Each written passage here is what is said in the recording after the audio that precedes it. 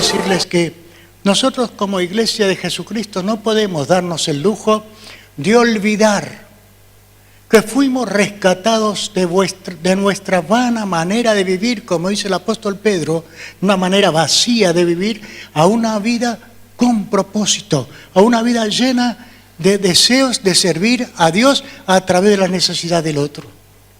Una iglesia servidora, una iglesia que está dispuesta a dar todo lo que tiene.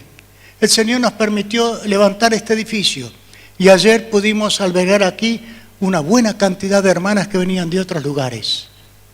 Fue hermoso para ellos encontrarse en un lugar cómodo, con los baños limpios, con la comida a punto, con todo lo que podían necesitar. La iglesia estaba sirviendo. Ese espíritu no debemos perderlo nunca. Al contrario, tiene que ser nuestro motivo de vivir. Porque ustedes saben muy bien que como iglesia cristiana todos hemos sido llamados a vivir y servir, a vivir una vida diferente en Cristo Jesús. Y la vida de Cristo Jesús era una vida de servicio. Si usted lee bien, con atención los evangelios, va a encontrar que Jesús estaba sirviendo las necesidades de la gente. Algunos tenían hambre, otros tenían necesidad de sanidad, otros tenían necesidad de liberación, otros tenían necesidad de la palabra, de acuerdo a la necesidad de cada uno. Cada uno se iba con lo que tenía necesidad en su corazón. Y nosotros siempre que llegamos a este tiempo, cuando hablamos del servicio, nos viene a la memoria aquel refrán que todos conocemos bien. El que no vive para servir, no sirve para vivir. Poco duro, pero es la realidad. Es la realidad. Y la vida cristiana es así. Por eso vamos a ver cristianos gozosos y cristianos que se andan arrastrando. ¿Por qué? Porque no puede ser que a esta altura de la vida todavía no sepan cuál es el don que Dios les dio. Dios ha entregado a cada uno de sus hijos, cuando el Espíritu Santo vino a morar aquí adentro del corazón, dones de servicio, herramientas para trabajar en la causa de Jesucristo, para utilizarlo para llenar la necesidad de aquel que está a nuestro lado. Por ejemplo, cuando Saulo de Tarso iba camino a Damasco, se encontró con Jesús. El resplandor de la luz de la gloria de Jesucristo lo tiró abajo a tierra. Adiós orgullo. Y cuando escucha la voz en su lengua materna, dice, ¿quién eres? Que me conoces, que me llamas por nombre. Y cuando escuchó quién era el que le estaba hablando, yo pienso que ahí en ese momento Saulo se debe haber derretido como un cubito de hielo en un día caluroso. Pensar que estuvo persiguiendo la obra de Dios a quien creía que estaba sirviendo. Y la segunda pregunta que él hace, ¿qué quieres que yo haga? Y esa tiene que ser nuestra pregunta de todos los días, aquí y fuera de aquí, en el lugar donde estamos durante la semana, que con la gente que compartimos más tiempo que con ningún otro. Señor, ¿qué quieres que haga? ¿Por qué me colocaste en este lugar? ¿Para qué me colocaste? Ayúdame, como cantamos recién, a ver con tus ojos la necesidad de aquel que está a mi lado. ¿Qué hizo luego Saulo? Comenzó a vivir en obediencia a Dios. No importó tanto las cárceles, no importó tanto los azotes, no importó tanto la persecución. Él estaba gozoso de servir de aquel que le había perdonado su pecado para siempre. Y fíjense que donde él iba, a pesar de que muchas veces tenía oposición, el Espíritu de Dios lo utilizaba para levantar iglesias. A él no le importaba tanto los azotes, o el desprecio, o las pedradas que pudo haber recibido, sino al ver que había personas que pasaban de muerte a vida. Y muchas veces nos pasa eso, cuando nosotros queremos ser fieles a Dios. Cuando queremos servir a Dios, vamos a recibir desprecios. Quizás no azotes literales, pero sí azotes verbales. Vamos a poder recibir otras cosas que no nos van a gustar y que quizás nos van a doler. Pero miremos el resultado de nuestro testimonio. ¿Valió la pena que Pablo pasara por todo eso? Claro que sí. Usted puede encontrar su testimonio en la segunda carta a los Corintios. Todo ahí una lista de sufrimientos que él pasó. Sin embargo, él estaba gozoso. Y aún estando en la cárcel, escribe la carta a los filipenses, que es una carta de gozo. Estando encadenado a un soldado romano durante todo el día y toda la noche. ¿Cómo puede escribir una carta así? Porque el gozo que el Señor producía en su corazón era superior a sus sufrimientos. Así que, hermanos, tengamos esto en mente. No importa lo que vas a sufrir por causa de Cristo. La gloria que nos espera es superior, 1000 veces superior, incomparablemente superior. Pero hay que pasar por el valle de sombra. Hay que pasar por el valle de la persecución si es necesario. O por el oprobio. O por toda otra cosa que nos quieran decir. Con tal de que alguno llegue a conocer a Cristo. De esa manera, cuando Saulo estaba sirviendo, estaba en la misma línea que muchos otros que a través del tiempo, en la historia cristiana de la Iglesia, han pasado por situaciones parecidas o peores. Sin embargo, no abjuraron de su fe. Hubo algunos que sí, pero la gran mayoría se mantuvo fiel. El asunto es, ¿cómo vas a hacer cuando venga el tiempo del dolor, de la persecución, del oprobio? ¿Quiere abrir su Biblia? Evangelio de Lucas, capítulo 5.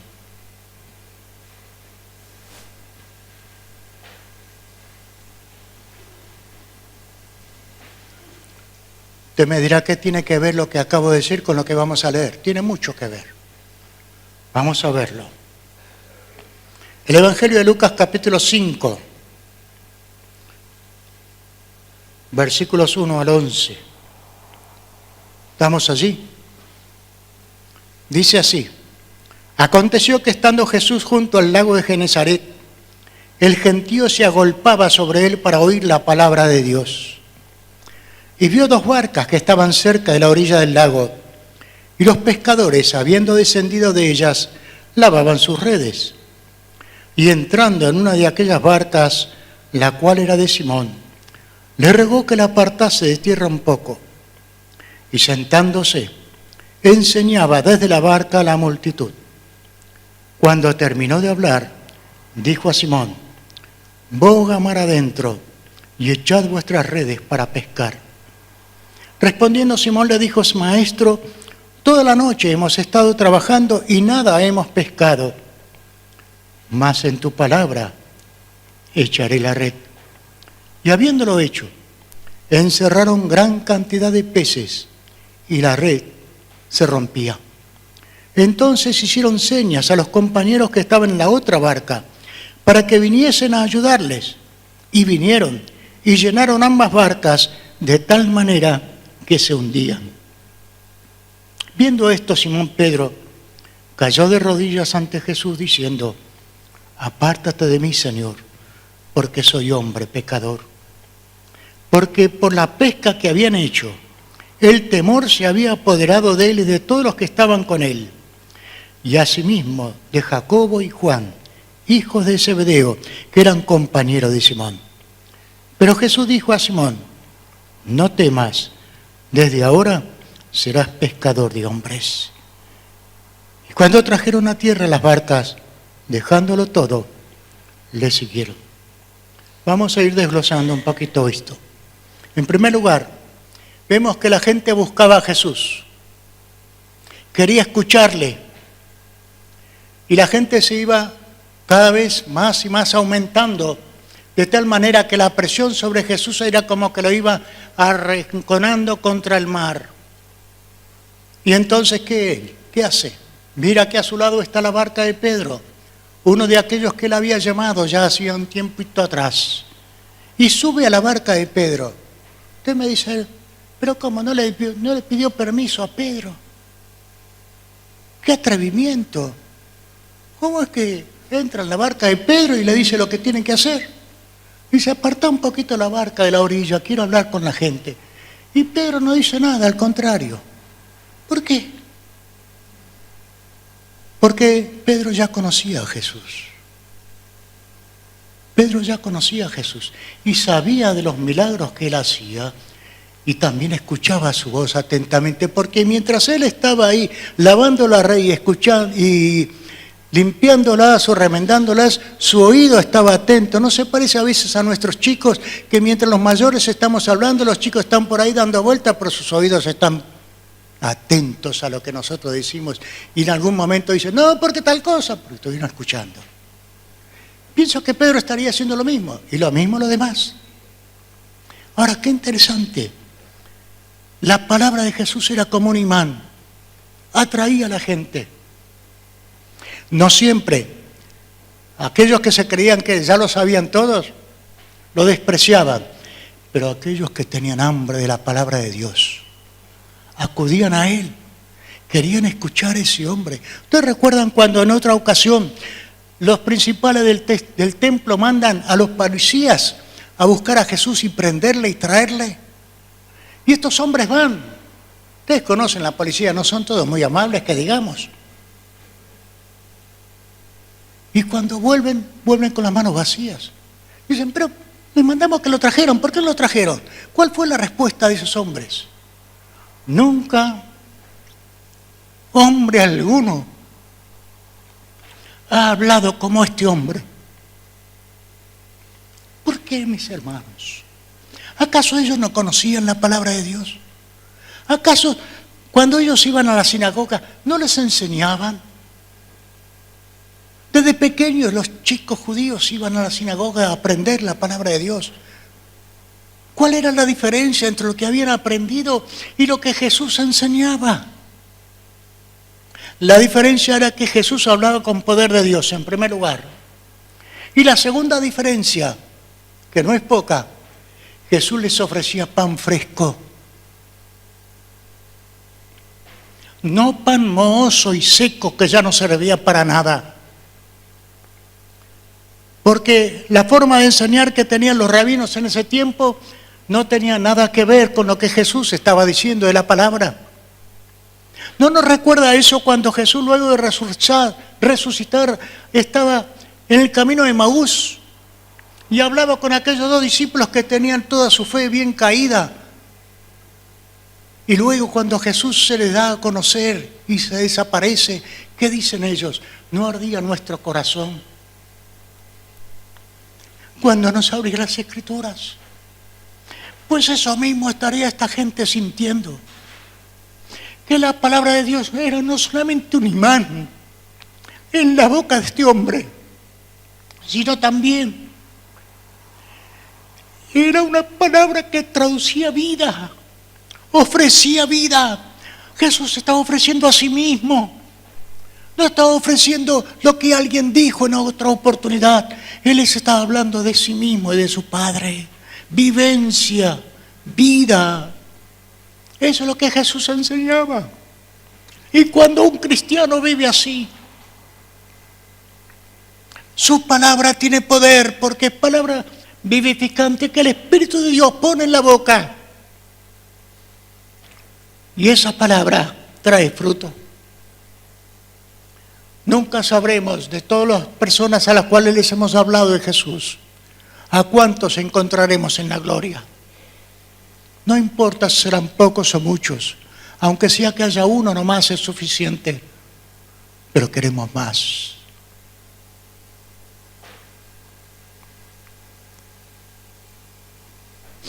Jesús utiliza la barca de Pedro, como muchas veces nos utiliza a nosotros y las cosas que Él nos dio, porque aún todo lo que tenemos es de Él. No se olvide, mi hermano, la ropa que tiene puesta es de Jesús. Usted la está usando porque Él se la presta para que no ande desnudo por la calle. El alimento que usted come todos los días es por la gracia de Dios que sobre la mesa de su casa usted tiene comida todos los días y a veces varias veces al día. El automóvil que usted tiene, mi hermano, no es para que usted se vaya de farra por allí, sino para que lo utilice para bendecir a otro que está necesitado. Y así podemos hacer una lista larga. Cuando todo lo que somos y tenemos conciencia que es de Él, que Él lo presta para que lo utilicemos, para que lo disfrutemos, pero que cuando Él lo quiera pedir, esté a su disposición, no a la nuestra. No podemos decirle, no Señor, hoy no puedo porque hoy tengo tal cosa, no puedo por esto, no puedo por lo otro, y no podemos. ¿Qué hace Jesús? Bueno, Pedro ya terminó la enseñanza a la multitud. Ahora vamos a ir un poquito más adentro. Vamos a pescar. No, Señor, ¿cómo vamos a ir a pescar? Sí. Estuvimos pescando toda la noche. No hemos pescado nada. Y ustedes saben que la pesca realmente se hace de noche. Porque muchas veces los pescadores prenden una luz para atraer a los peces. Cosa que de día es más difícil. Y ellos habían estado trabajando durante toda la noche y no habían pescado nada. Pero lo hermoso del caso es que Pedro no se queda con eso, sino que dice algo más. Pero en tu palabra vamos a echar la red. ¿Por qué Pedro dice eso? Porque como lo dije hace un ratito, le conocía. ¿Cuándo Pedro se dio cuenta de quién era Jesús? Un poquito más profundamente. Por ejemplo, en la boda de Caná. ¿Cuándo transforma el agua en vino? Por ejemplo, cuando alguien le dice, Señor, tengo mi siervo enfermo, te ruego que vayas y le hables y lo sanes. Y Jesús le dice, anda, ya tu siervo está sano. Y ese hombre hace un recorrido de un día de camino para entrar otra vez en su casa y encontrar que aquel siervo ya estaba sano por la palabra de Jesús. Así que Pedro conocía a Jesús. No era diciendo, bueno, este es un carpintero, ¿qué me va a enseñar a mí? Que yo soy pescador de oficio. Un carpintero no puede enseñar a un pescador. Pero este era un pescador que tuvo que aprender de un carpintero, porque este carpintero era algo más que un carpintero. Era Dios mismo, en forma humana, ayudándole a ver que hay poder de Dios cuando uno se pone a su disposición, obrando a través de uno para bendecir a otro. Y bueno, Pedro fue. Ustedes saben cómo se pescaba, ¿no? Echaban la red y donde iba la barca iban recogiendo los peces. Cuando quisieron recoger las redes no podían. Era tan grande la cantidad de peces que la red no aguantaba. Entonces las enseña a los otros. Y cuando viene la otra barca también pasa lo mismo. Y las barcas parece que las dos se están hundiendo. ¿Cómo? Si la noche anterior no habían pescado nada. ¿Qué pasó? Algo muy sencillo. Pusieron sus barcas para servir al Señor. Obedecieron la palabra de echar la red cuando Él se lo dijo. Tuvieron fe de que a pesar de que no entendían nada, igual que nosotros, esa persona que les estaba dando la orden sabía lo que estaba diciendo, a pesar de que no era pescador. Era un simple carpintero. Pero ese carpintero era Dios. Y muchas veces el Señor se nos puede presentar de una manera que no esperamos y nos dará órdenes para hacer algo para beneficio de otro. La red a punto de romperse. ¿Qué significa esto? Que las fuerzas humanas llegan a un límite, pero que Dios no tiene límites. Ninguna de las dos redes se rompieron, ninguna de las dos barcas se hundieron. Pudieron llevar toda esa pesca hasta la orilla. Pero en el interín, Pedro reconoce algo que todos nosotros en algún momento hemos reconocido. Y le dice, Señor, apártate de mí que soy hombre pecador. ¿Cuánto nos falta a más de uno tener este espíritu de humillarse, de reconocerse pecador? Es una palabra que a más de uno no nos gusta, pero que es la realidad. Somos pecadores porque le hemos fallado a Dios. Y sin embargo, a pesar de nuestro pecado, Él nos busca. Y cuando nos busca y no se encuentra, quiere que le sirvamos con lo que tenemos. Pedro le servía con una barca y una red que se rompía a pedazos. Pero que cuando él entregó todo eso y siguió a Jesús, llegó a ser un pescador de hombres. Igual que nosotros, mis hermanos.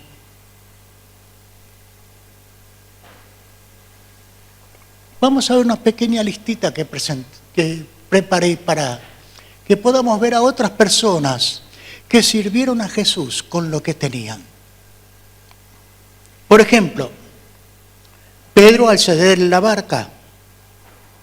¿Se acuerdan de aquel joven con 5 panes de cebada y 2 pececillos?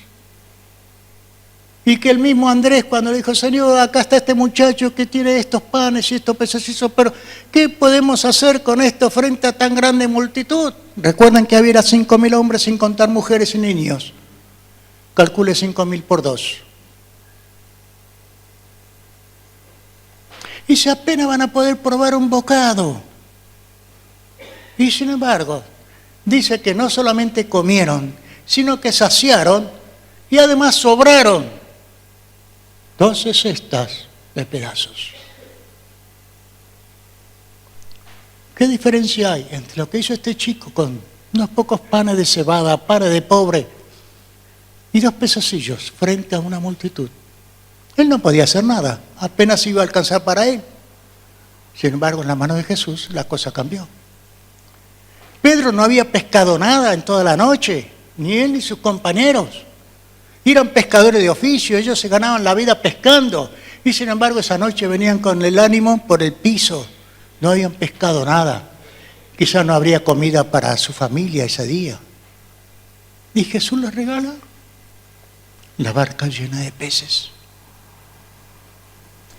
¿Qué debe haber sentido ese chico cuando entregó esos panes y peces al ver que toda esa multitud había sido alimentada y que había sobrado? No lo sabemos, la Biblia no lo dice. Pero pienso yo que debe haber sido uno de los que siguieron a Jesús. Porque ninguno puede ser igual que antes de encontrarse con Jesús. Siempre hay un cambio, hay una transformación en nuestro corazón. Porque Jesús es así. Él de alguna manera nos da el pago por los servicios prestados. Tengo otro más. Marta, María y Lázaro, que siempre estaban dispuestos a darle un lugar para que Jesús descansara y juntamente con sus discípulos. ¿Qué obtuvo esta familia? Obtuvo que cuando se murió Lázaro, Jesús lo volvió a la vida. Y ninguno esperaba que eso sucediera, porque ya hacía 4 días que estaba enterrado. Era imposible que volviera a la vida. Y la misma Marta le dice, Señor, no, que debe estar con mal olor. Porque la carne ya se debe haber podrido. ¿Y qué le dice Jesús? ¿No te he dicho que si crees, verás la gloria de Dios? ¿Qué podemos aprender nosotros de estos ejemplos? Hay otro más que no nos dan el nombre. El que le prestó el pocino a Jesús para entrar a la ciudad de Jerusalén aquella mañana. Cuando él manda a sus discípulos y dice, vayan a tal lugar que van a encontrar un asna con su pocino, desátenlo y tráiganmelo. Y si alguien le dice, ¿qué están haciendo? Dice, el Señor lo necesita. Pero luego te lo va a devolver. ¿Para qué utilizó Jesús ese animalito? Para entrar como un rey, tal cual la profecía, que su rey vendría montado en un pollino, una cría de asna, trayendo paz. Pero qué diferencia, Jesús llora sobre Jerusalén Y dice, qué lástima. ¿Cuántas veces, como la gallina junta sus polluelos, quise juntarte bajo mis alas y no quisiste? Ahí tenemos que este hombre prestó un pollino y vio cómo la multitud aclamaba a Jesús como su rey. Se debe haber sentido satisfecho y habrá contado a sus amigos durante más de un mes, yo le presté ese pollino. ¿Quién más? ¿Quién habrá sido el que le prestó el aposento alto a Jesús para celebrar la última cena? No nos dice el nombre. Algunos dicen que era la madre Juan Marcos. No lo sabemos, no está el nombre. Pero allí Jesús da una de las grandes enseñanzas acerca de cómo debe ser el discípulo de Cristo. Si ustedes leen el capítulo 13, 14, 15, van a encontrar allí cómo Jesús aún se humilla para limpiar los pies de sus discípulos. Y nos da ejemplo de servicio en favor de aquel que lo necesita. Por eso, mis hermanos, una iglesia que no sirve, mejor que cambie el nombre que lleva. Tengo otro más. Juan, al tomar a su cargo a María, cuando Jesús estaba muriendo en la cruz. No sabemos qué habrá sido de los hermanos de Jesús, pero en ese momento no estaba ninguno de ellos. Y Jesús cuida de su madre. ¿Y a quién le pide? A aquel discípulo, quizás el más joven de todos los apóstoles, que cuide a su madre. No sabemos si Dios en algún momento le pedirá que usted cuide de alguien. No lo sabemos. O que apoye de alguna manera a alguien que está necesitado. Simplemente le digo, esté atento y abierto a lo que Dios le quiera pedir. ¿Cómo pueden servir a Jesús otras personas? José de Arimatea. ¿Qué hizo José? Le cedió su sepulcro nuevo. Un sepulcro que él había preparado para él. Sin embargo, se lo cedió al Señor. Sepulcro donde ninguno había sido puesto todavía. Con todo gusto se lo cedió. Tengo a Nicodemo también en esta lista. ¿Qué hizo Nicodemo? Fue el que ayudó a bajar a Jesús de la cruz, lo envolvió su cuerpo en una sábana y luego lo ungió con mirra y aloes. Un servicio a Jesús.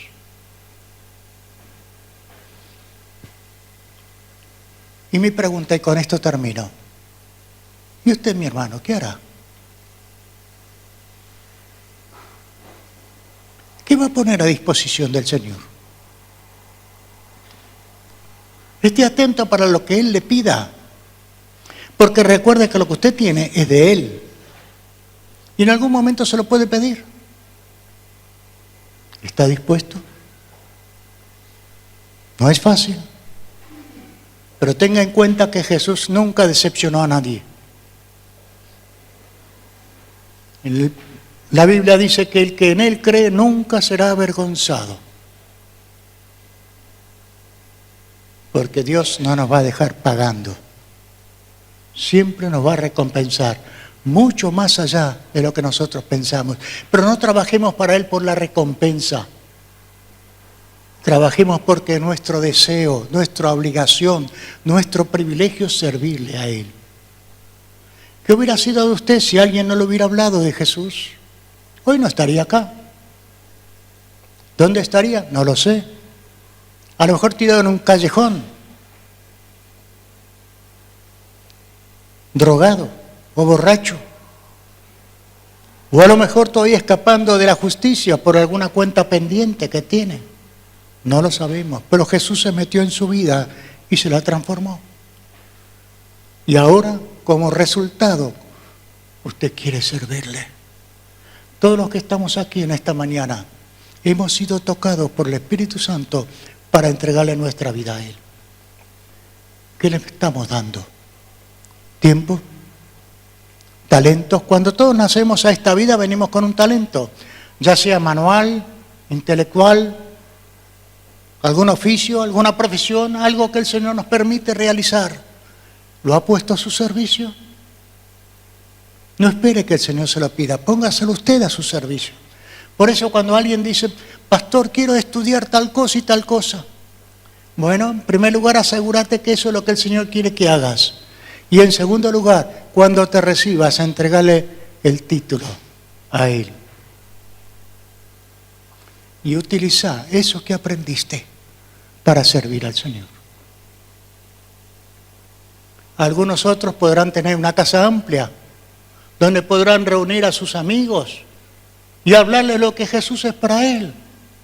¿No es eso acaso lo que hacen las personas cuando cumplen años o tienen una gran noticia que dar a sus amigos y familiares? Los reúnen, les dan una comida y le dicen el motivo por el cual los invitó. Puede ser una forma de comenzar una iglesia. Quizás tengas un patio amplio o una terraza amplia, no lo sé. Eso lo sabe el Señor y cada uno de nosotros. Lo que tengas, poco o mucho,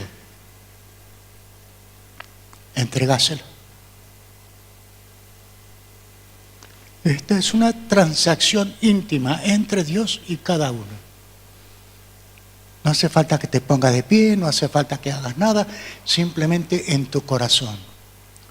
Señor, vos me diste esta inteligencia, la pongo a tu servicio. Señor, vos me ayudaste a que yo pudiera recibirme de tal cosa, la pongo a tu servicio. Señor, vos me diste facilidad de palabra, la pongo a tu servicio. Señor, vos me diste tal otra cosa, acá está. Todo es tuyo. Y lo recibido de tu mano te damos. No solamente dinero, sino todo lo que somos y tenemos. Sirvamos al Señor con lo que tenemos. Entonces busque en el baúl de su interior qué cosa tiene que Dios le puede estar pidiendo y póngaselo a su servicio para que Él lo utilice para bendecir a otro. Porque usted ha sido bendecido, porque otro anteriormente entregó lo que tenía y el Señor le dijo, andá y hablale a esa persona. Y esa persona vino y habló a su corazón. Y usted abrió su corazón y recibió a Cristo y su vida fue transformada. Pues eso mismo es lo que Dios quiere hacer en la vida de otras personas, pero ahora a través suyo. No es fácil, pero hay que estar dispuesto. De otra manera, la vida cristiana es cualquier otra cosa menos vida cristiana. El que no vive para servir, no sirve para vivir. No se lo olvide. ¿Oramos? Gracias, Señor. Gracias por tu palabra. Gracias porque eres bueno y misericordioso con nosotros. Gracias porque nos sigues amando aún a pesar de nosotros mismos. Gracias, Señor, por tu palabra para tu iglesia, para que cada uno de nosotros sepamos a qué hemos sido llamados y que nuestro corazón esté dispuesto a entregar todo lo que tú nos has dado para que tú te glorifiques y otros puedan llegar a conocerte. Gracias, Señor, en el nombre de Jesús. Amén.